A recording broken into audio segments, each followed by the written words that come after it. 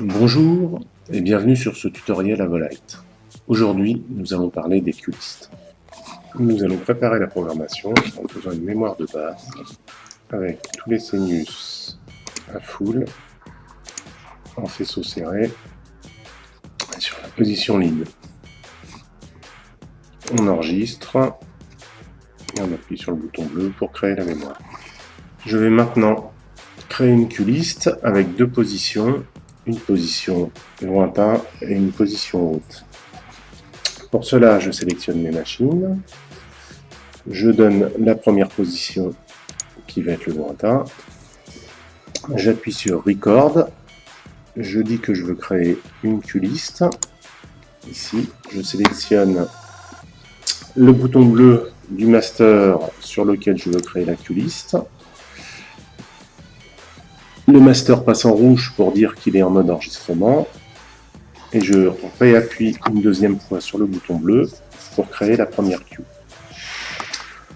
Je vais ensuite passer sur la position haute. Mes machines se mettent en position haute dans le programmeur. Je réappuie sur le bouton bleu pour créer la deuxième queue.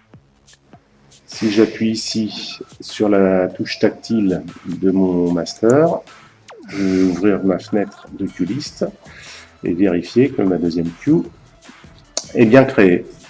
J'appuie ensuite sur Exit pour sortir du mode d'enregistrement. La couleur rouge s'en va, je ne suis plus en enregistrement. Je peux donc maintenant vider mon programmeur. On se retrouve sur l'état lumineux de la queue numéro 1. Et je peux maintenant jouer avec la QList numéro 2. J'active la QList. Et ici, je vais jouer première mémoire, deuxième mémoire, première mémoire, deuxième mémoire. Tout comme pour les mémoires, les queues d'une QList sont visibles dans la fenêtre Playback View. Elles sont empilées les unes sous les autres dans l'ordre dans lequel elles ont été enregistrées. On retrouve également une partie des options qui étaient dans les mémoires, notamment le delay in, le fade in, le delay out, le fade out. Pour modifier un ou plusieurs temps de transition d'une QList, il suffit de sélectionner là ou les cases à modifier. Ici. Ensuite, on appuie sur la touche de l'interface du temps à modifier ou alors sur la touche du clavier 5 Enter ou 5 Exit. Le temps est alors validé. Pour le jouer, il suffit d'appuyer sur le bouton Go. Je reviens à la première mémoire en temps 0 et je lance la deuxième mémoire en 5 secondes. J'ai ensuite l'option Feature Overlap. Quand elle est à 100, tous les projecteurs vont utiliser au même moment le temps de fade. À partir du moment où je vais le modifier, par exemple, à 80%, dès que 20% du temps aura été effectué par le premier projecteur, le deuxième projecteur commencera sa transition. L'ordre utilisé est celui de la sélection lors de l'enregistrement de la mémoire. Donc ici, je vais faire Go, on revient à la position de départ numéro 1. Et là, on a décalé dans l'ordre de sélection. Je peux également modifier mon ordre de sélection en cliquant sur la mémoire. Je fais défiler les options jusqu'à avoir Feature Order, et ici j'ai les numéros qui s'affichent en gros. J'active la fonction Auto-incrémente, je sélectionne le dernier, et je reviens au centre. Ici j'ai une symétrie. Je clique sur Exit, Ici, je refais et re-exit. Voilà. Go, je reviens à la position de la queue numéro 1. Et ici, j'ai un départ décalé en symétrie. Bonjour et bienvenue sur ce tutoriel à Volite. Aujourd'hui, nous allons parler des queues-listes.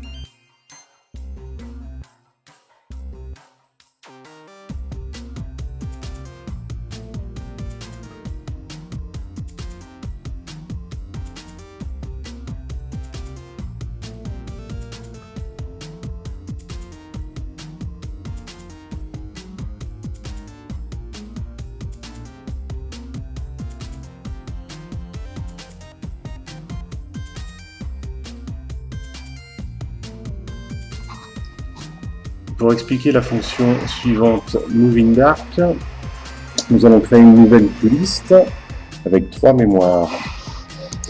La première, ce sera donc tous les projecteurs à full en point lead. Record, on va créer une queue-list sur le master ici et j'enregistre la queue-list, la première queue. Dans la deuxième mémoire, on va juste passer tous les projecteurs au noir. J'enregistre la mémoire et dans la troisième mémoire, je monte tout à full ici et on va mettre tout en éventail. Voilà. Donc je crée ma mémoire numéro 3 ici. Je sors de mon mode d'enregistrement. Je clear le programmeur. Et donc ici, je monte la deuxième mémoire au noir et troisième mémoire, j'ouvre en éventail. Maintenant, ce que j'aimerais bien, c'est que mes projecteurs dans la mémoire numéro 3 se mettent en position automatiquement et qu'on ne voit pas le déplacement des machines à l'ouverture du dimmer. Donc ici, j'ouvre mes options. On va se mettre un temps de fade de 5 sur la mémoire numéro 3 et le passage au noir va se faire en 2 secondes. Enter. Donc ici je vais utiliser la fonction MovingDark sur ma fonction queue numéro 3. Ici, soit je donne le numéro de la queue, ce serait le numéro de la queue 2 pour la préparation, soit la queue, un queue offset, c'est-à-dire que je peux mettre à partir de la queue numéro 1 et en fait quand ça va être au noir, dès qu'il peut, il va prendre la... Donc là, ce sera au passage au noir dans la Q2. Soit je le désactive si dans la console c'est activé, soit early pour que le positionnement se fasse dès que possible, ou late pour qu'il se fasse le plus tard possible. Alors, par exemple, on va cliquer sur early ici. Donc je repars à la première mémoire, je passe à la deuxième mémoire avec le passage au noir. Et quand je rallume sur ma troisième mémoire, les projecteurs sont déjà en place et le dimmer monte en 5 secondes. Ensuite, on peut désactiver le MovingDark pour chaque mémoire. On peut lui mettre un délai et lui mettre un temps de transition spécifique, un temps de fade. On peut, comme dans les queues, mettre une courbe pour le temps et nous arrivons maintenant à la fonction tracking. Bon, le tracking fera l'objet d'un tutoriel à part entière. Pour le moment, ce qu'il est important de savoir, c'est que le tracking est gérable par queue via des options, donc en cliquant sur la cellule tracking ici, et qui peut être soit suivre les paramètres globaux de la console, soit, donc si le tracking n'est pas activé dans les paramètres globaux, on peut l'activer avec la fonction track. On peut bloquer les valeurs, donc elles ne seront plus traquées dans les mémoires d'après. On peut avoir une mémoire solo, sauf pour les effets, une mémoire Q-only, qui comprend aussi les effets, et une mémoire solo, où on comprend aussi les effets. Donc, tout cela sera expliqué dans un tutoriel sur le tracking. La fonction autoload permet de créer des liens entre les queues. Je veux par exemple que la queue numéro 1 de mon master numéro 4 déclenche la queue numéro 2 de mon master numéro 3. Pour cela, il suffit que je clique dans la case autoload de la queue 1 du master numéro 4. Je vais ensuite cliquer sur la touche tactile du master numéro 3. Dans les options, je vais lui dire Load Target, ici, et je vais sélectionner la queue numéro 2. Enter. J'appuie sur Exit, 2 fois. Et ici, au moment où je vais déclencher, donc je reviens sur la dernière queue, voilà. Et au moment où je vais déclencher ma queue numéro 1, ici, on voit que ma queue numéro 2 a été envoyée. Je peux rentrer ici un temps spécial pour ma queue numéro 2. Si c'est QTime, j'utilise le temps de la queue, évidemment. Ici, je peux lui donner sinon un temps de fade spécial. Exit. Si je veux désactiver le lien, je reclique ici sur le lien, je vais dans les options et Remove, le lien disparaît. Afin de vous expliquer la fonction Effect Speed, je vous ai préparé une autre QList avec une première mémoire, ici un état fixe, et dans la deuxième mémoire, ici deux effets, un effet dimmer et un effet tilt. Donc ici je vais pouvoir accélérer ou ralentir l'effet en utilisant la fonction Effect Speed. Il suffit que je clique dans la case où les effets sont enregistrés, et ici, soit je multiplie, soit je divise. Donc je rentre en haut, par exemple, le chiffre 2, et j'appuie sur multiplier, ici, ou diviser. Ici, on change, ici, vous voyez, on change la vitesse, et le signe change, multiplie, diviser. Il y a aussi des mémoires préétablies pour aller rapidement à diviser par 4, par exemple, ou ici, multiplier par 2. Si je veux revenir à la vitesse de base, ici, il suffit que je rentre 1, Enter, et je reviens en x1, donc la vitesse basique de l'effet. La case timecode permet d'entrer un temps correspondant au timecode et au moment où doit se déclencher la queue. On reviendra dessus dans un tutoriel dédié au timecode. La note permet de rentrer donc une indication sur la mémoire qui peut être soit le moment du go, soit ce que contient la mémoire ou tout ce que vous voulez. Macro permet de déclencher une macro au moment où la queue se déclenche. Pour cela, il suffit ici de cliquer sur la case et d'aller dans l'option Add, et ici vous avez toutes les macros disponibles. Je ressors évidemment avec le bouton Exit. View Queue permet, comme dans les queues normales, de modifier la queue. View Shape permet aussi, comme dans les queues, de voir les effets. View Pixel Effect, c'est pareil. Et la dernière fonction qui est très intéressante permet d'activer ou de désactiver une queue. Donc ici, il suffit de cliquer sur la case. Queue Disabled, yes. Et en fait, la queue va être désactivée et on passera directement à la queue suivante.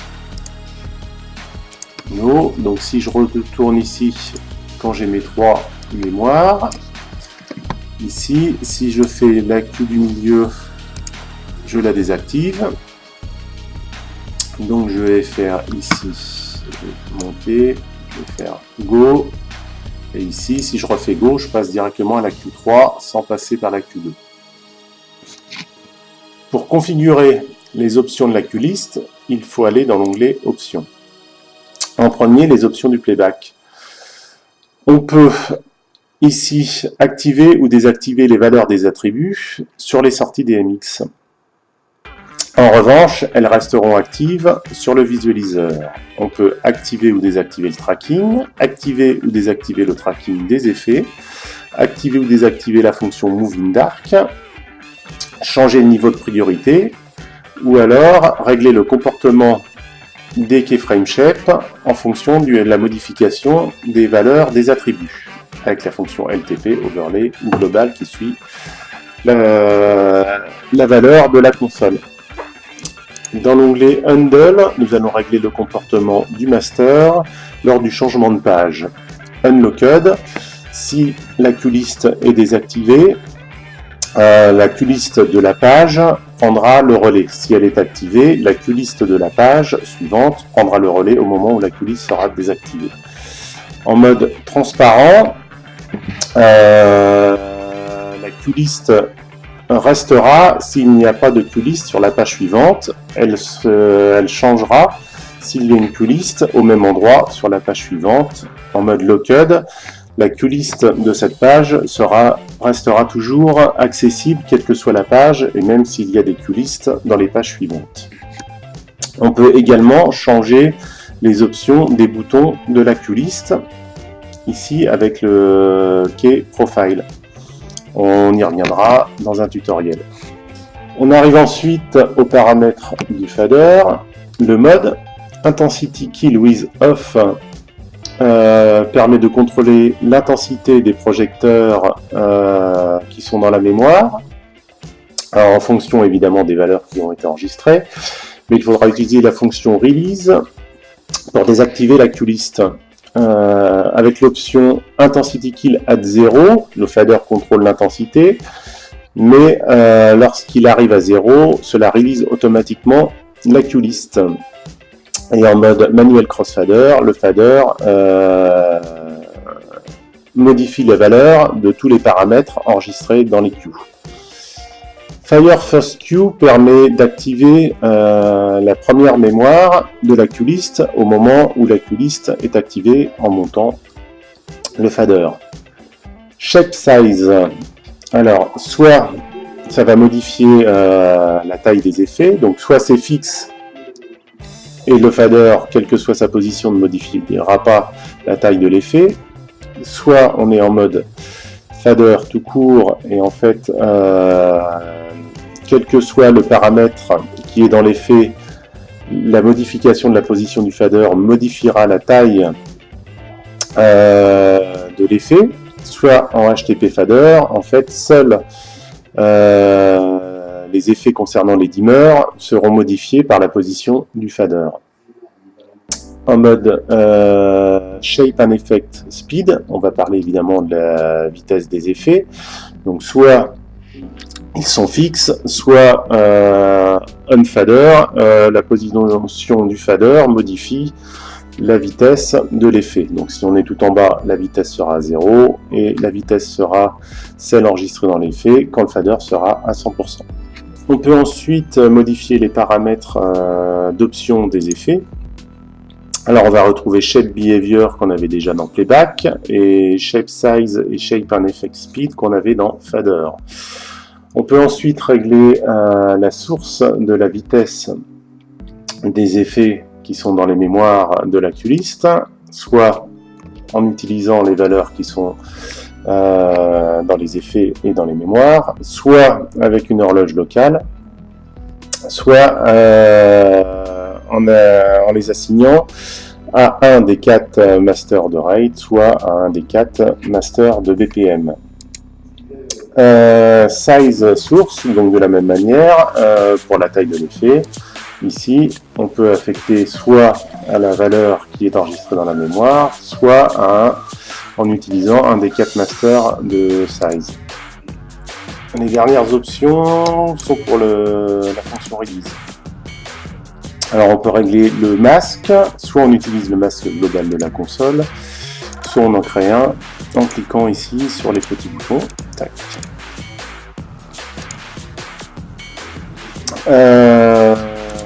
Ici, on peut ensuite donner un temps de release, donc soit